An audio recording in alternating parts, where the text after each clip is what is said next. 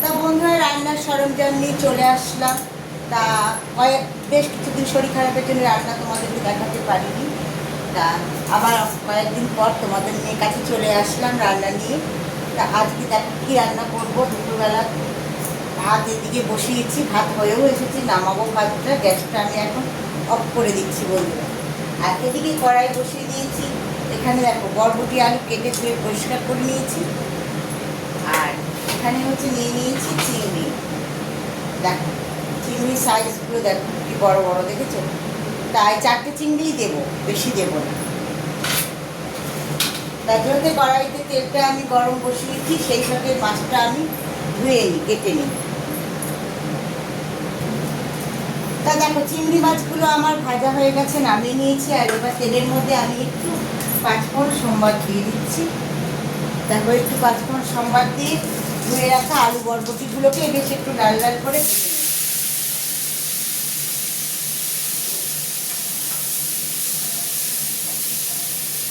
আর এর মধ্যে দিয়ে দেবো আমি ভাজতে ভাজতে একটু হলুদ আর লবণ। আর এখানে দেখো 4 পিস কাতলা মাছ ধুয়ে নিয়েছি। এদিকে একটা কড়াই বসিয়ে দিয়েছি, তেল দেবো সর্ষের তেল। তা মাছটা ভাজা করবো, চলো দেখতে থাকো। তা এইদিকে দেখো বরবটি আলুটা আমার ভাজা হয়ে গেছে বন্ধুরা। আর এখানে সর্ষে আর কাঁচা লঙ্কা আমি পেস্ট করে নিয়েছি মিক্সিতে। এবার এটা এর মধ্যে দিয়ে দিচ্ছি।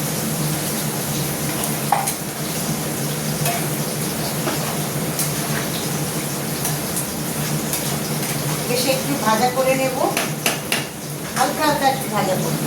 আর এই মাছটা ভেজে রেখেছিলাম, এটা দিয়ে দিচ্ছি।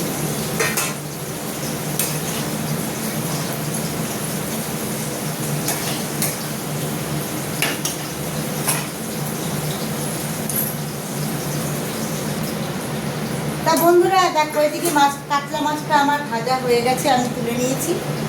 আর এদিকে কড়াইতে একটু 5 ফোড়ন দিয়ে দিয়েছি। আর এখানে আলু, টমেটো আর ফুলকপি ভালো করে ধুয়ে পরিষ্কার করে দিয়েছি। তা এটা আমি বেশ ভাজা করে নেবো একটু লাল লাল করে। এটার মধ্যে কী বলতো, একটু ভাজা হয়ে গেলে লাল লাল একটু জিরে গুঁড়ো, একটু লঙ্কা গুঁড়ো, একটু ধনের গুঁড়ো দিয়ে ভালো করে কষিয়ে নিয়ে জল দিয়ে মাছগুলো দিয়ে দেবো।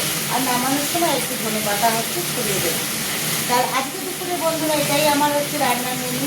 তা তোমাদের সাথে সব কিছু শেয়ার করে আমি যদি ভালো লাগে তাহলে প্রতি লাইক কমেন্ট শেয়ার করতে ভুলে না, যেন এখনকার মতো টাটা বাই।